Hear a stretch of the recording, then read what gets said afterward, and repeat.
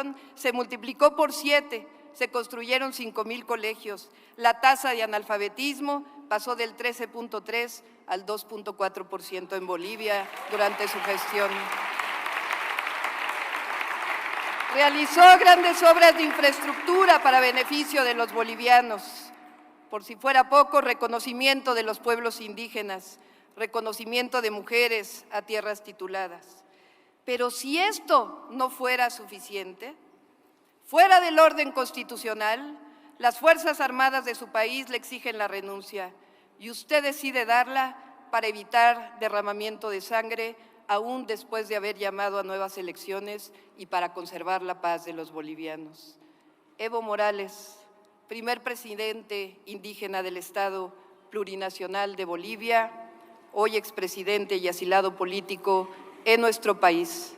Es un orgullo y un honor tenerlo aquí en esta sede y es usted un huésped distinguido de la Ciudad de México. Agradecemos el mensaje que nos ha dirigido la doctora Claudia Sheinbaum Pardo, jefa de gobierno de la Ciudad de México. Y en estos momentos, en representación de la Ciudad de México, la jefa de gobierno hace entrega del pergamino, así como la medalla que simbolizan el reconocimiento que esta ciudad le hace como huésped distinguido al excelentísimo señor Juan Evo Morales Ayma.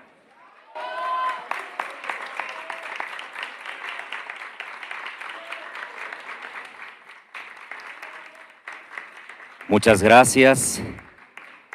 Y a continuación, cedemos el uso de la palabra al excelentísimo señor Evo Morales Ayma.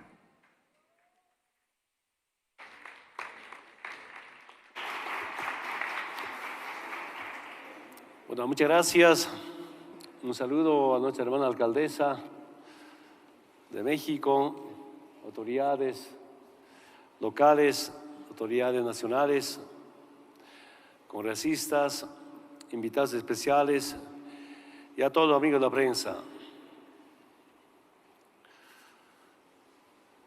Tenemos muchos recuerdos con México, de dirigente del movimiento indígena, tantos eventos, encuentros con los sectores sociales, todos estos eventos para la liberación de nuestros pueblos. Me acuerdo perfectamente con la hermana Rigoberta Menchú, en las acciones que hicimos con motivo de 500 años de resistencia indígena popular, tantos seminarios que en México, en Querétaro, en tantas ciudades. Y algo me acuerdo perfectamente, dijimos a 500 años de invasión europea, de la resistencia a la toma de poder. Y el movimiento indígena en Bolivia, organizado, movilizado, unido, pasamos de la lucha comunal, de la lucha social a una lucha electoral con un instrumento político del pueblo, con un instrumento político de liberación, con un programa del pueblo y no del imperio. Y quiero decirles, cuando gestamos este movimiento político, más conocido como instrumento político por la soberanía de los pueblos, el 2005 ganamos con más del 54%. En las distintas elecciones ganamos con más del 60%. Y en estas elecciones nuevamente ganamos con más de diferencia del 10% en la primera vuelta. Con el movimiento campesino indígena originario de América Latina hemos cumplido la meta, el legado que nos hemos propuesto el año 1992, octubre. De la resistencia a la toma del poder, llegamos democráticamente al gobierno en Bolivia. ¿Y qué hicimos juntos? Cambiar todas las políticas económicas, implementar programas sociales. En lo político, la refundación de Bolivia, dejar el Estado colonial y para tener un Estado plurinacional. Del 2006, 2007, 2008, duro duro la lucha. 2008, un golpe de Estado. Derrotamos el golpe de Estado. En lo económico, la nacionalización de los recursos naturales y las empresas estratégicas. Quiero que sepan, hermanas y hermanos, los tratados o acuerdos, convenios con las transnacionales petroleras. Pues primero, el gas y el petróleo no eran de los bolivianos, aunque las negociaciones que yo participaba, ¿quién nos decía? Cuando está bajo el suelo, es de los bolivianos. Sale del suelo, ya no eran de los bolivianos. Inventaron un término llamado en boca de pozo. En los contratos con las distintas empresas internacionales o petroleras, ¿qué decían? El titular adquiere el derecho de propiedad en boca de pozo. Y no había ningún control del Estado. Y de todos los ingresos, 82% para las petroleras, 18% para los bolivianos. El 1 de mayo, con motivo del Día del Trabajador, el 2006, no me tembló mano para firmar la nacionalización de los hidrocarburos. Nuestros recursos naturales. Y quiero que sepan, hermanas y hermanos, en 20 años de neoliberalismo, ¿cuánto era la renta petrolera? 3.000 millones de dólares. Después de que nacionalizamos, 2006 a diciembre del año pasado, la renta petrolera, 38.000 millones de dólares. Para un país con 10 millones de habitantes, son recursos económicos de mucha importancia. Y puedo comentar de otras empresas estratégicas, de otros recursos naturales. Pero en Bolivia, cuando llegamos, servicios básicos como agua, luz, telecomunicación, estaban totalmente privatizados. Llegamos al gobierno, nacionalizamos, pero sobre todo por constitución, ahora los servicios básicos es un derecho humano y no un negocio privado. Y hemos liberado también a los servicios básicos. Hemos universalizado agua potable en el campo, en los barrios, telefonía en toda Bolivia. Solamente quiero decirles, telecomunicación, Entel móvil. Cuando llegamos apenas estaba en 60 municipios. Bolivia tiene 340 municipios. Ahora está en 100% de municipios. Además de eso, con satélite de comunicación. Ahora mis hermanas y hermanos tienen esa comunicación, antes no había nada. Cuando llegamos al gobierno, Entel estaba en manos de italianos. Su renta era como 70 millones de dólares, utilidad 70 millones de dólares. Como eran los italianos, los 70 millones de dólares se iban a Italia, a Europa, no se quedaba nada en Bolivia. Año pasado, la renta, la utilidad en Entel, después de que nacionalizamos, 140 millones de dólares. De esos 140 millones de dólares de utilidad en Telmóvil, esa plata de los bolivianos gastamos para renta dignidad, para renta o bono Juancito Pinto. Hemos creado tantos bonos con nuestra plata, con la plata de los bolivianos. Y además de eso quiero decirles, quiero que sepan, cuánto, el 2005-2006, cuánto era el PIB, Producto Interno Bruto, 9.000 millones de dólares. Año pasado, diciembre, hemos llegado a 40.800 millones de dólares del Producto Interno Bruto. Cómo nuestra economía ha cambiado.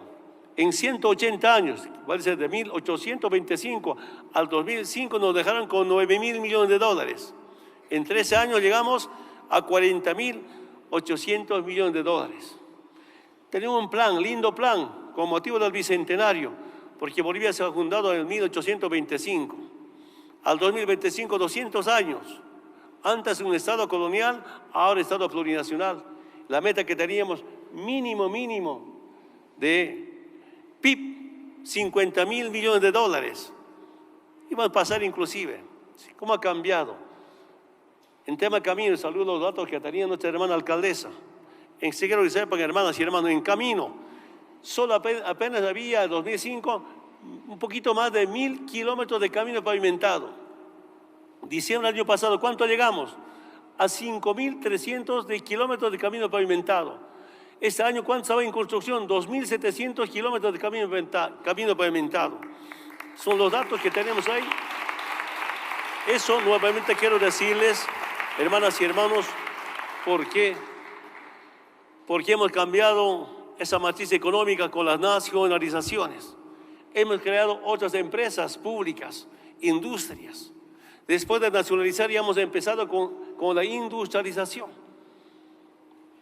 Solo un ejemplo, puede haber tantos ejemplos.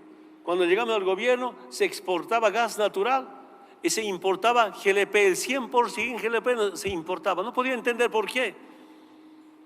Primero instalamos una planta separadora de líquidos en Santa Cruz, segundo en Yacuiba. Hemos empezado a exportar ahora GLP. Un poco a Brasil, un poco a Argentina, un poco a Perú, pero sobre todo el 90% del mercado de Paraguay, nosotros vendemos GLP a Paraguay. La urea, ahora ya hemos empezado a exportar cloruro de potasio, porque estamos exportando carbonato de litio de la planta piloto.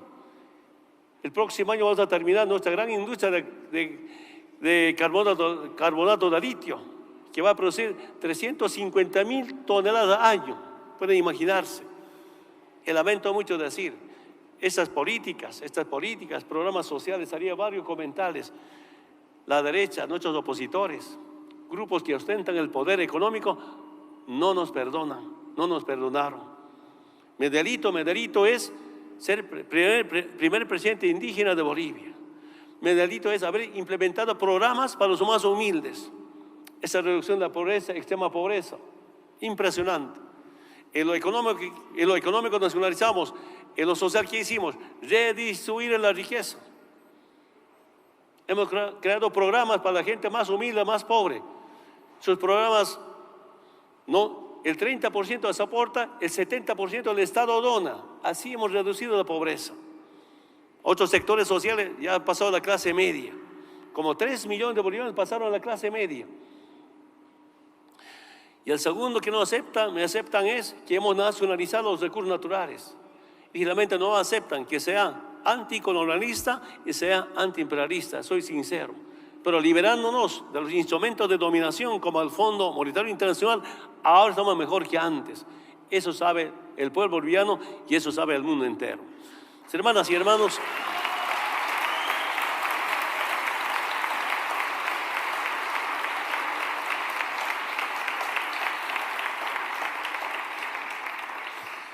saludo esta distinción de huésped distinguido de la Ciudad de México. Muchas gracias, hermana alcaldesa, autoridades. Esto es para Evo, pero fundamentalmente es para mis hermanas y hermanos. Siguen movilizando en la defensa de la democracia, siguen movilizados en defensa de los derechos adquiridos por el pueblo boliviano. Me he pedido nuevamente, quiero decir, debe haber un diálogo nacional para pacificar al pueblo boliviano.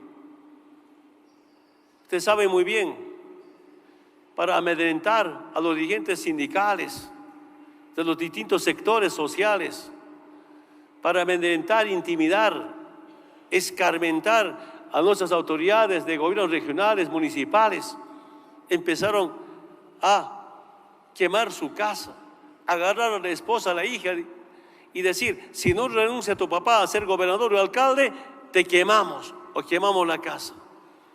Quemaron la casa de mi hermana en Oruro, saquearon mi casa en Cochabamba. Como la policía se replegó al golpe de Estado, ¿quién de seguridad? Y seguían diciendo, si no renuncia Evo y Álvaro, van a seguir quemando. Yo dije, para que no sigan quemando casas, no sigan maltratando al pueblo, renunciamos. No hemos renunciado por cobarde, sino para cuidar la vida, para cuidar a las familias. Por eso hemos renunciado.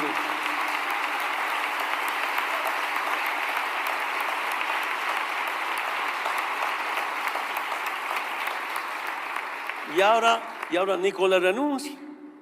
Sigue, el pueblo se levanta. Quiero decir, no estamos en tiempo de colonia. En tiempo de colonia, desde España o desde cualquier país monárquico, designaban virreyes como autoridades. No estamos en tiempos de república, donde los golpes de Estado venían de Estados Unidos. Había exmineros, exilados, que me decían: Evo, solo no ha habido golpe de Estado en Estados Unidos, porque no hay un embajador de Estados Unidos en Estados Unidos. Eso me dijeron. Y como que en todas partes de América Latina, golpe y golpe. Pero volver al pasado no entiendo. Lo que más me duele es con qué sacrificio, con qué esfuerzo, con qué compromiso hemos construido la nueva Bolivia. Y ahora empiezan a destruir esa nueva Bolivia. Con tantos paros en las ciudades, lamentablemente están destruyendo la economía. Eso me preocupa, pero tengo mucha confianza en todos los sectores profesionales, empresariales, especialmente el elemento campesino e indígena originaria. Vamos a recuperar la democracia. Quiero que sea eso con diálogo, con concertación entre todos los bolivianos para el bien de nuestra querida Bolivia. Yo estoy convencido también, he visto en muchas reuniones de las Naciones Unidas, presidentes de Estados Unidos hablan paz, paz, paz. ¿Sabe cuándo va a haber paz? Solo se garantiza la paz cuando hay justicia social. Sin justicia social no va a haber paz. Solo para mí, en mi experiencia, va a haber paz cuando se respetan la soberanía y la independencia de estados. Va a haber paz cuando se garantiza la dignidad y la identidad de los pueblos del mundo. La paz no se garantiza con intervenciones militares, estamos convencidos. Hermana alcaldesa, muchas gracias, para mí es un gran aliento para mi pueblo, muchas gracias, algo histórico, nadito. Yo vine en otros tiempos acá, venía también de presidente un poco, pero estar en esos tiempos duele, pero seremos tristes, pero fuertes para seguir luchando por la liberación de nuestro pueblo. Muchas gracias. Nos agradecemos las palabras del señor Evo Morales Ayma.